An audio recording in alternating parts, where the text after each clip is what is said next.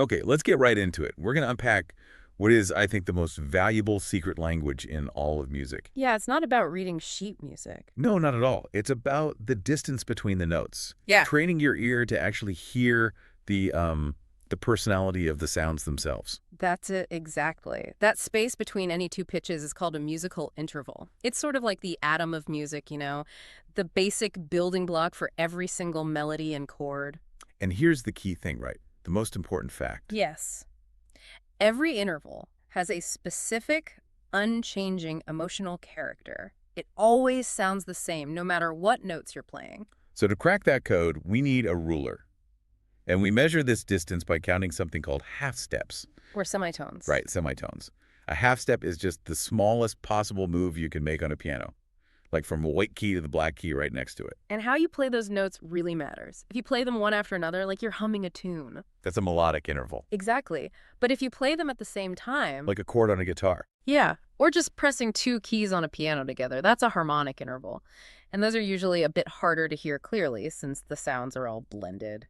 So our plan today is pretty simple. We're going to give you the sound character for the 13 most important intervals and a song to help you lock it in. If you can get these 13 sounds into your head, you'll understand music on a completely different level. All right, let's jump in with the most stable sounds.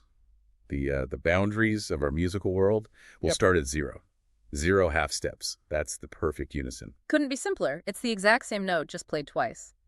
Or two people singing perfectly in tune. It's the definition of stable. There's no distance, no friction. Right. I mean, in theory, it's not really an interval, but it's home base. It tells you everyone is locked in together. Okay, now let's jump all the way across the keyboard to the perfect octave. That's a huge leap. 12 half steps. And the sound is so hollow, pure, but still very stable. Yeah. And there's some cool science behind why it sounds so blended. It's all about the math.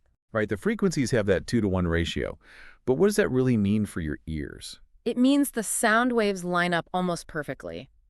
Your brain basically hears them as the same note, just in a different register. Which is why it can be hard to tell two voices apart when they're singing an octave.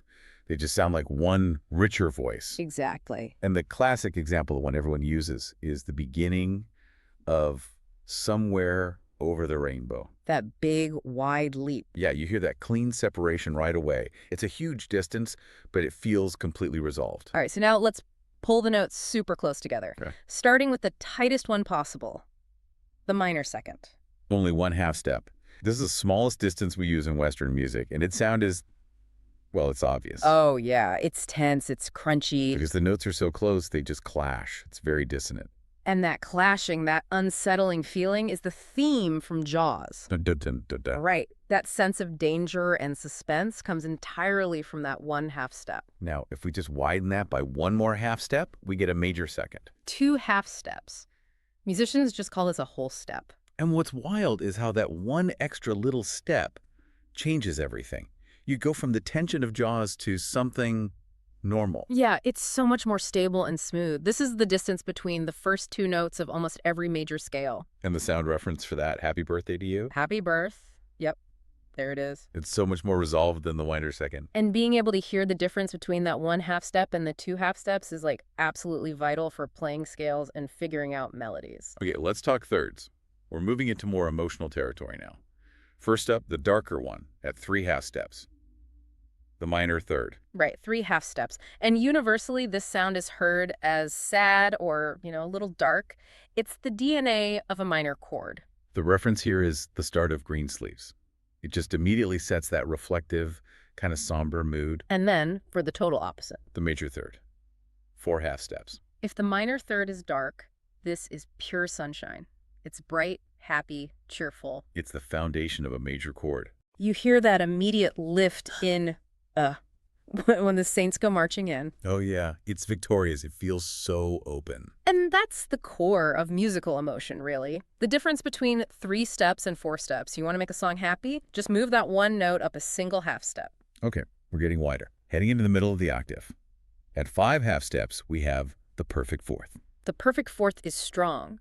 It's bold, very stable, it feels grounded. It has a really regal character. You hear it in fanfares all the time. Exactly. And the go-to reference is Here Comes the Bride. You could just hear how secure those two notes are. It's a really common sound. For anyone who plays guitar or bass, you know this interval. Right, it's how you tune most of your strings. It's the sound of a strong foundation. Now for the most notorious interval in all of music, Parto. 6 half steps, dead center of the octave.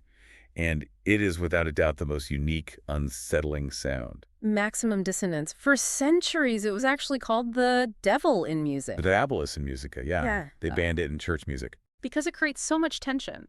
It's perfectly balanced, but totally unresolved. It pulls you in 2 directions at once. You can hear that mysterious, almost sarcastic bite in the theme for The Simpsons. Yep, or all over horror movie soundtracks.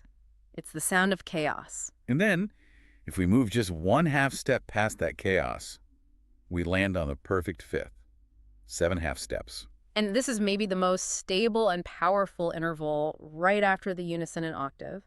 It's got this beautiful 3-to-2 mathematical ratio. So the sound waves line up really nicely, which gives it that powerful, but kind of hollow sound. This is the sound of a power chord in rock music. Right. It's just this interval played really, really loud. It sounds huge because the notes are so aligned, they leave all this space for distortion and volume. You know this sound. It's the start of the Star Wars theme. Or Twinkle, Twinkle, Little Star. Yeah. It just sounds like strength and completeness. And instruments like the violin and cello are tuned in perfect fifths. Which is why they have such a deep, resonant sound. Makes total sense. Okay, we're in the home stretch now, the wide leaps. Let's start with the minor 6th at 8 half steps.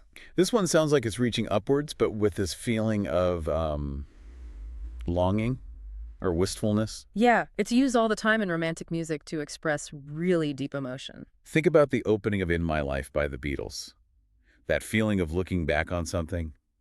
That's the sound of a minor 6th. And just 1 half step higher, at 9 half steps, is the major 6th. It feels way more upbeat. Yeah, it has a kind of swing character. Very common in pop and jazz. Super bright and energetic. The classic example is My Bonnie Lies Over the Ocean. Or the NDC chimes. That's a great one. The first 2 notes, it's just a clean, happy, wide jump. Next up, 10 half steps, the minor 7th. And this one is key for blues and jazz. It's part of the dominant 7th chord. Right. And a dominant 7th chord is the chord in music that feels like it needs to go somewhere. It has to resolve. So this interval gives it that push. Exactly. It makes the chord feel a little relaxed, but incomplete. We call it a blue note sometimes because it gives blues that laid-back but slightly unresolved feeling. A great way to hear that is the theme from the original Star Trek series. Yes. It has that cool searching kind of sound. And finally, the widest one before we get home. The major 7th at 11 half steps. This one is super dissonant, very tense. Because it's only 1 tiny half step away from the octave, from home base. That closeness creates a ton of tension. The top note is just begging to pull up and resolve. It has a very sharp, almost airy sound. You hear it in sophisticated jazz to add color, but when you play the notes together... Oh, it's crunchy. It can be almost painful. So learning all these names and numbers, that's the easy part. The real work is training your ear. Right. And the single best way to do that is by using reference songs. This works so well because your brain can just instantly pull up a tune you already know by heart and compare it to what you're hearing. Exactly. You hear 2 notes, they sound like Star Wars, your brain just shouts, perfect 5th. So you have to build your own library of songs for these 13 sounds. Absolutely. And when you practice, you have to do both kinds. Melodic intervals, 1 note after the other, are easier. But the real skill comes with the harmonic intervals. Yeah, hearing them together. That's tough because they blend into one complex sound. You have to train your ear to sort of hear through the chord to find the interval hiding inside it. Precisely. You have to listen for the level of smoothness, consonance versus roughness, or dissonance. A tritone vibrates like crazy. A perfect 5th is smooth as glass. And you have to be consistent. I know when I was learning, I try to cram for an hour on a Saturday, and it doesn't work. Your ear gets tired. Oh, totally. Consistency is everything.